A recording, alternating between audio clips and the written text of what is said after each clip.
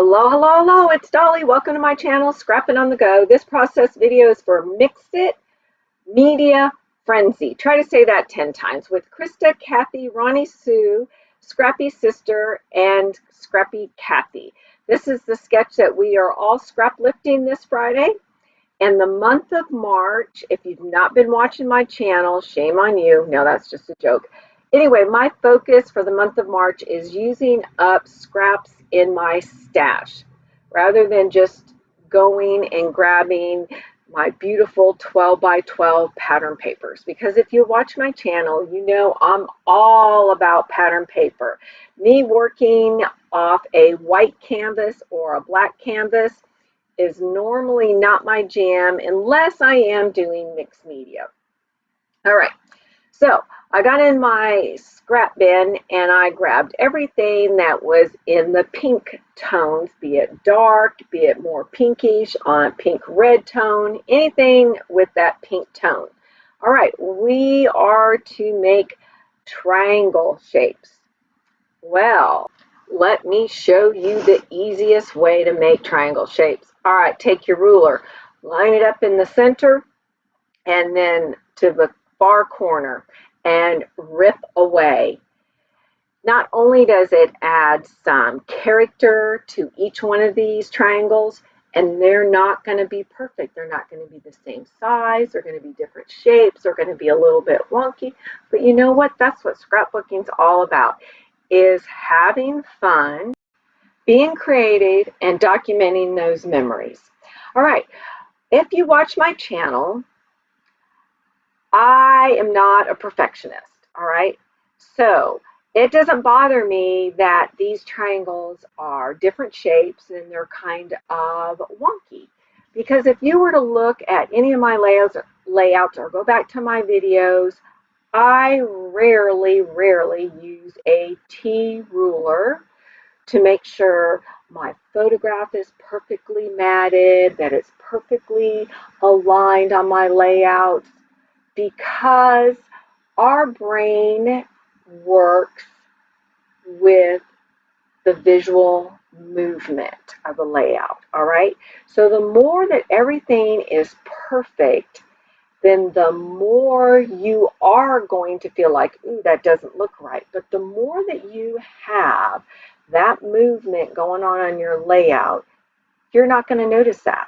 So don't even try to start squaring everything up unless you're going to continue that throughout the entire layout and that you have the best and only trimmer out there that cuts a perfect square, because I've not found it. I'm not saying that it's not out there, but sometimes I wonder if it's not the manufacturers that don't cut perfect 12 by 12 sheets.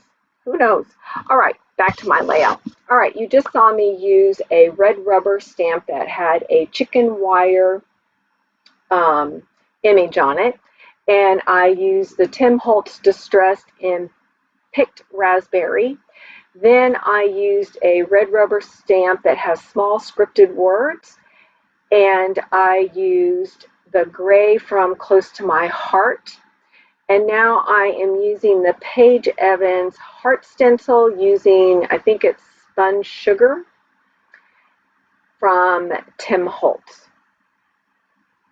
And again, I did not make any lines on my layout when I first laid down the triangles, because I knew that I would not lay them down perfectly. So I was just envisioning in my head where I thought the stamping would peek out underneath these triangle pieces. If I have to add more, then I will. I don't stress over it. So now you're going to see me move these triangle pieces around, flip them, change the location of them. I do not use as many triangles on this layout as in the sketch. The sketch is just an inspiration piece, at least for me. I gave up a long time ago trying to mimic a sketch or a layout 100%, because, like I said, I'm not perfect. I'm not a perfectionist, and I just, no matter how much I tried, it was more frustrating. So in the end, I always like my layouts, 90% of them, and the 10% that I don't like, I never go back and redo them. It's just not going to happen because I have, to me, it's about not documenting that memory. So there you go. All right, so I am documenting a sweet 16th birthday for one of our friends' daughter, and this layout will be gifted to her, and her favorite color is purple. So I am adding some purple elements to this layout. I have a purple heart, my word that says your day, that word your, of course, is purple. You can tell from my stash. I get out these stars that are in tones of pink, and one has kind of a purplish pink tone to it.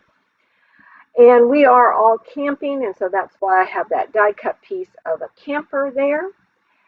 And as far as embellishments, that's all I have is those few enamel pieces, and I have 2 die cut pieces there and a puffy sticker, which is that flamingo, pink flamingo, which is so cute and adorable. Now I'm getting out my shimmer paint called Pink Caviar. I'm going to stir it up a little bit, and I'm going to make some splatters, and then you are going to see a mistake. It was an accident mistake. Some of my splatters get on my tabletop. I didn't wait 5 minutes because that's all it takes for this to dry, the Shimmer's ink. And I started wiping around my mat there, my close to my heart black mat. And my dress sleeve came right across the ink right under my title, Your Day. All right, I didn't throw this layout away, and I didn't start it over because guess what? All happy mistakes can somehow be corrected. You could put a tag there and cover it up. I could add more splatters or add splatters and sketch out or draw out the ink to make more lines, but instead I'm using the Tim Holtz Distress ink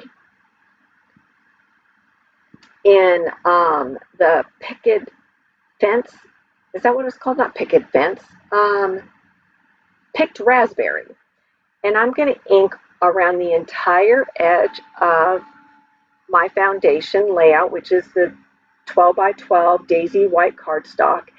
And by doing that, you're going to draw your eye in, because what happened is those lines now cause your eye to visually want to fall off the page. So I'm going to bring your eye back into the layout. That's all it took. And my happy mistake was corrected. All right, here comes the close-up. Before I forget it, I have all the ladies' channels or links to their channel listed below, so go check them out.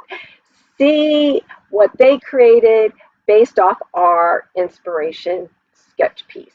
All right, I appreciate you all. Thanks for stopping by. Give us a thumbs up and keep coming back, and have a fabulous day. Bye.